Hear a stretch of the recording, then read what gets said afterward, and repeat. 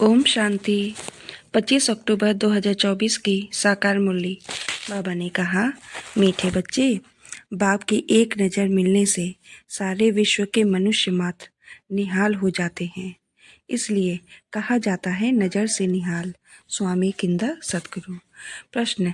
बाबा ने प्रश्न पूछा, तुम बच्चों के दिल में खुशी के नगाड़े बजने चाहिए, क्यों? उत्तर में कहा, क्योंकि तुम जानते हो बाबा आया है सबको साथ ले जाने। अब हम अपने बाप के साथ घर जाएंगे। हाहाकार के बाद जय जयकार होने वाली है। बाप की एक नज़र से सारे विश्व को मुक्ति, जीवन मुक्ति का वर्षा मिलने वाला है। सारी विश्व निहाल हो जाएगी। ओम शांति। रूहानी शिव बाबा बैठ अपने रूहानी बच्चों को समझाते हैं। यह तो जानते हो कि तीसरा नेत्र भी होता है। बाप जानते हैं सारी दुनिया की जो भी आत्माएं हैं सबको मैं वर्षा देने आया हूँ। बाप के दिल में तो वर्षा ही याद होगा। लौकिक बाप की भी दिल में वर्षा ही याद होगा। बच्चों को वर्षा देंगे। बच्चा नहीं होता है तो मूंझते हैं किसको दें, फिर एडॉप्ट कर लेते हैं। यहाँ तो बाप बैठे हैं। इनकी तो सारी दुनिया की जो भी आत्माएं हैं सब तरफ नजर जाती है। जानते हैं सबको मुझे वर्षा देना है। भल बैठे यहाँ हैं परंतु नज़र सारे विश्व पर और सारे विश्व के मनुष्य मात्र पर है, क्योंकि सारे विश्व को ही निहाल करना होता है। बाप समझाते हैं यह है पुरुषोत्तम संगम युग। तुम जानते हो बाबा आया हुआ है सबको शांति धाम, सुख धाम ले जाने। सब निहाल हो जाने वाले हैं। ड्रामा के प्लान अनुसार कल्प कल्प निहाल हो जाएंगे। बाप सब बच्चों को याद करते हैं। नज़र तो जाती है ना, सब नहीं पढ़ेंगे। ड्रामा प्लान अनुसार सबको वापस जाना है, क्योंकि नाटक पूरा होता है। थोड़ा आगे चलेंगे तो खुद भी समझ जाएंगे अब विनाश होता है। अब नई दुनिया की स्थापना होनी है, क्योंकि आत्मा तो फिर भी चैतन्य है ना, तो बुद्धि में आ जाएगा बाप आया हुआ है। पैराडाइज स्थापन होगा और हम शांति धाम में चले जाएंगे। सबकी गति होगी ना, बाकी तुम्हारी सदगति होगी।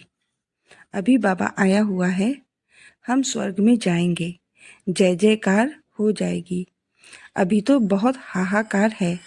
कहाँ अकाल पड़ रहा है, कहाँ लड़ाई चल रही है, कहाँ भूकंप होते हैं, हजारों मरते रहते हैं। मौत तो होना ही है। सतयुग में यह बातें होती नहीं। बाप जानते हैं मैं जाता हूँ, फिर सारे विश्व में जय जयकार हो जाएगी। भारत में ही जाऊंगा। सारे विश्व में भारत जैसे गांव है। बाबा के लिए तो गांव ठहरा। बहुत थोड़े मनुष्य होंगे। सतयुग में सारी विश्व जैसा एक छोटा गांव था। अभी तो कितनी वृद्धि हो गई है। बाप की बुद्धि में तो सब है ना। अब इस शरीर द्वारा बच्चों को समझा रहे हैं। तुम्हारी पुरुषार्थ वही चलता है। तुम्हारा पुरुषार्थ वही चलता है जो कल्प कल्प चलता है। बाप भी कल्प वृक्ष का बीज रूप है। यह है कार्पोरियल झाड़, ऊपर में है इनकार्पोरियल झाड़। तुम जानते हो यह कैसे बना हुआ है। यह समझ और कोई मनुष्य में नहीं है। बेसमझ और समझदारों का फर्क देखो। कहाँ समझदार स्वर्ग में राज्य करते थे, उनको कहा ही जाता है सचखंड हेवन। अभी तुम बच्चों को अंदर में बड़ी खुशी होनी चाहिए। बाबा आया हुआ है। यह पुरानी दुनिया तो जरूर बदलेगी। जितना जितना जो पुरुषार्थ करेंगे उतना पद पाएंगे। बाप तो पढ़ा रहे हैं। यह तुम्हारी स्कूल तो बहुत वृद्धि को पाती रहेगी। बहुत हो जाएंगे। सबका स्कूल इकट्ठा थोड़े होगा। इतने रहेंगे कहाँ, तुम बच्चों को याद है। अभी हम जाते हैं सुखधाम। जैसे कोई भी विलायत जाते हैं तो 8-10 वर्ष जाकर रहते हैं ना, फिर आते हैं भारत में। भारत तो गरीब है, विलायत वालों को यहाँ सुख नहीं आएगा। वैसे तुम बच्चों को भी यहाँ सुख नहीं है। तुम जानते हो हम बहुत ऊंची पढ़ाई पढ़ रहे हैं, जिससे हम स्वर्ग के मालिक देवता बनते हैं। वहाँ कितने सुख होंगे, उस सुख को सभी याद करते हैं। यह गांव कलयुग तो याद भी नहीं आ सकता। इनमें तो अथाह दुख है। इस रावण राज्य पति दुनिया में आज अपरम अपार दुख है, कल फिर अपरम अपार सुख होंगे। हम योग बल से अथाह सुख वाली दुनिया स्थापन कर रहे हैं। यह राजयोग है ना। बाप खुद कहते हैं, मैं तुमको राजाओं का राजा बनाता हूँ। तो ऐसा बनाने वाले टीचर को याद करना चाहिए ना। टीचर बिगर बैरिस्टर, इंजीनियर आदि थोड़े ही बन सकते हैं। यह फिर है नई बात। आत्माओं को योग लगाना है परमात्मा बाप के साथ, जिससे ही बहुत समय अलग रहे हैं। बहुकाल क्या, वह भी आपे ही समझाते रहते हैं। मनुष्य तो लाखों वर्ष आयु कह देते हैं। बाप कहते हैं नहीं, बाप कहते हैं नहीं, यह तो हर 5,000 वर्ष बाद तुम जो पहले पहले बिछुड़े हो वही आकर बाप से मिलते हो। तुमको ही पुरुषार्थ करना है। मीठे मीठे बच्चों को कोई तकलीफ नहीं देते हैं, सिर्फ कहते हैं अपने को आत्मा समझो। जीव आत्मा है ना। आत्मा अविनाशी है, जीव विनाशी है। आत्मा एक शरीर छोड़ दूसरा लेती है। आत्मा कभी पुरानी होती नहीं। वंडर है ना। पढ़ाने वाला भी वंडरफुल, पढ़ाई भी वंडरफुल है। किसको भी याद नहीं, भूल जाती है। आगे जन्म में क्या पढ़ते थे, किसको याद है क्या? इस जन्म में तुम पढ़ते हो, रिजल्ट नई दुनिया में मिलती है। यह सिर्फ तुम बच्चों को पता है। यह याद रहना चाहिए। अभी यह पुरुषोत्तम संगम युग है। हम नई दुनिया में जाने वाले हैं। यह याद रहे तो भी तुमको बाप की याद रहेगी। याद के लिए बाप अनेक उपाय बताते हैं। बाप भी है, टीचर भी है, सदगुरु भी है। तीनों रूप में याद करो। कितनी युक्तियां दे रहे हैं याद करने की, परंतु माया भुला देती है। बाप जो नई दुनिया स्थापन करते हैं, बाप ने ही बताया है। यह पुरुषोत्तम संगम युग है। यह याद करो। फिर भी याद क्यों नहीं कर सकते हो? युक्तियां बतलाते हैं याद की, फिर साथ साथ कहते भी हैं माया बड़ी दुस्तर है। घड़ी घड़ी तुमको भुलाएगी और देह अभिमानी बना देगी। इसलिए जितना हो सके याद करते रहो। उठते बैठते चलते फिरते देह के बदले अपने को देही समझो। यह है मेहनत।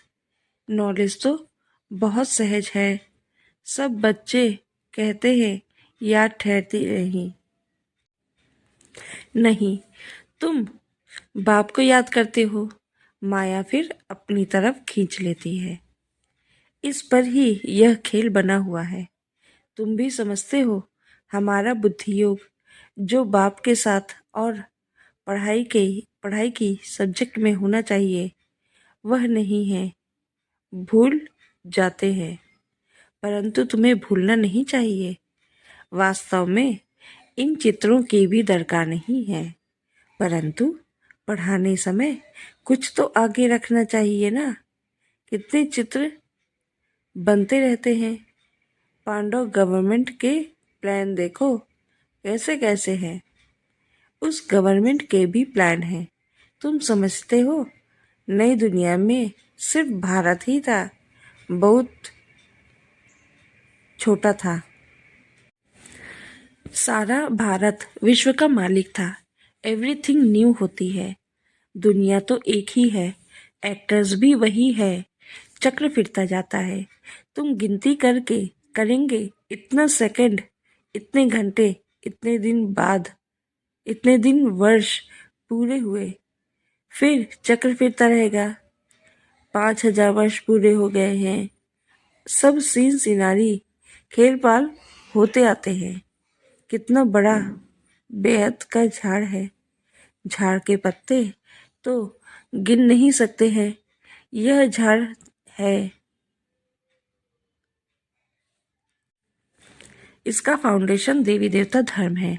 यह 3 ट्यूब्स धर्म मुख्य निकले हुए हैं। बाकी झाड़ के पत्ते तो कितने ढेर हैं। कोई की ताकत नहीं जो गिनती कर सके। इस समय सब धर्मों के झाड़ वृद्धि को पा चुके हैं। यह बेहद का बड़ा झाड़ है। यह सब धर्म फिर नहीं रहेंगे। अभी सारा झाड़ खड़ा है, बाकी फाउंडेशन है नहीं। बनन ट्री का मिसाल बिल्कुल एक्यूरेट है। यह एक ही वंडरफुल झाड़ है। बाप ने दृष्टांत भी ड्रामा में यह रखा है समझाने के लिए। फाउंडेशन है नहीं तो यह समझ की बात है। बाप ने तुमको कितना समझदार बनाया है। अभी देवता धर्म का फाउंडेशन है नहीं, बाकी कुछ निशानियां हैं। आटे में नमक।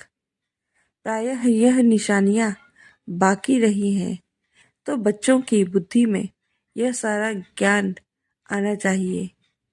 तुम बाप की भी बुद्धि में नॉलेज है ना। तुमको भी सारा नॉलेज दे आप समान बना रहे हैं। बाप बीज रूप है और उल्टा झाड़ है। यह बड़ा बेहद का ड्रामा है। अभी तुम्हारी बुद्धि ऊपर चली गई है। तुमने बाप को और रचना को जान लिया है। भल शास्त्रों में है, ऋषि मुनि कैसे जानेंगे। एक भी जानता हो तो परंपरा चले, दरकार ही नहीं। जबकि सदगति हो जाती है। बीच में कोई भी वापस नहीं जा सकता। नाटक पूरा हो तब तक सब एक्टर्स यहाँ होने हैं। जब तक बाप यहाँ है, जब वहाँ बिल्कुल खाली हो जाएंगे तब तो शिव बाबा की बारात जाएगी। पहले से तो नहीं जाकर बैठेंगे तो बाप सारी नॉलेज बैठ देते हैं। यह वर्ल्ड का चक्र कैसे रिपीट होता है।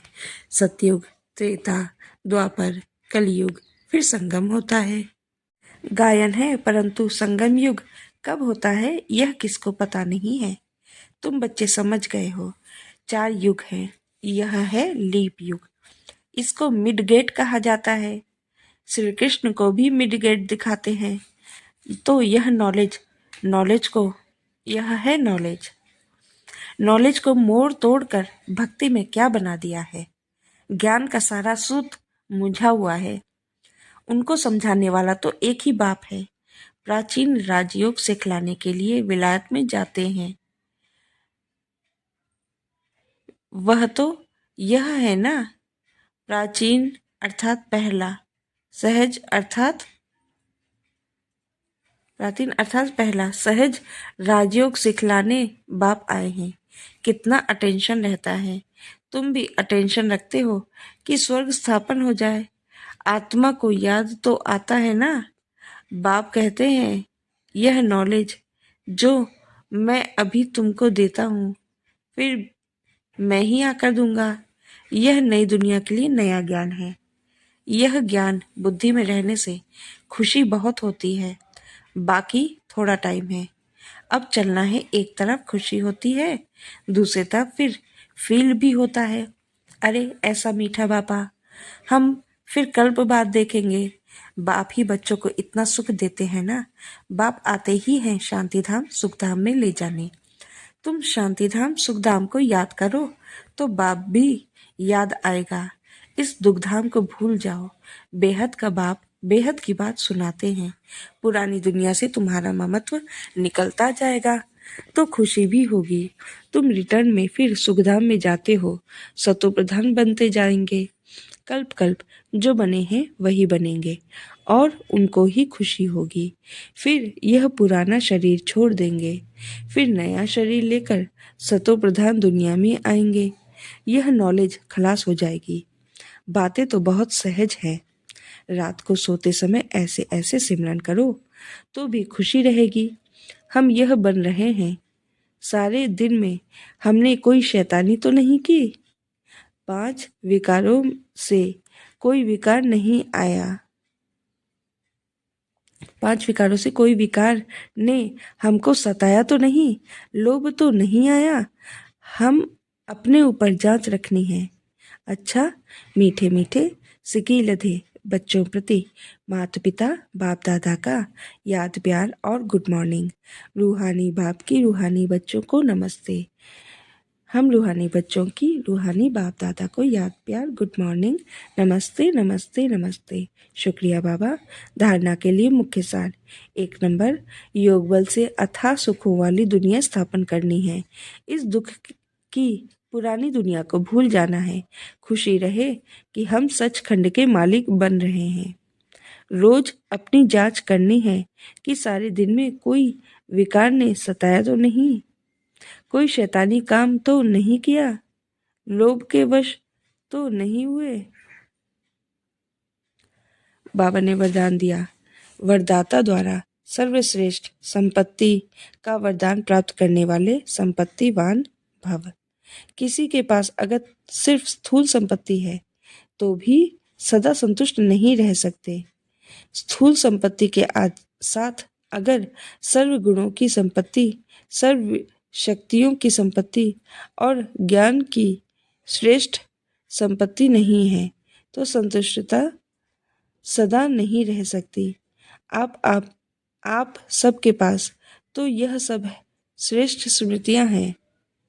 दुनिया वाले सिर्फ स्थूल संपत्ति श्रेष्ठ संपत्तियां हैं। दुनिया वाले सिर्फ स्थूल संपत्ति वाले को संपत्तिवान समझते हैं, लेकिन वरदाता बाप द्वारा आप बच्चों को सर्वश्रेष्ठ संपत्तिवान भव का वरदान मिला हुआ है। स्लोगन सच्ची साधना द्वारा हाय हाय को वाह वाह में परिवर्तन करो। ओम शांति।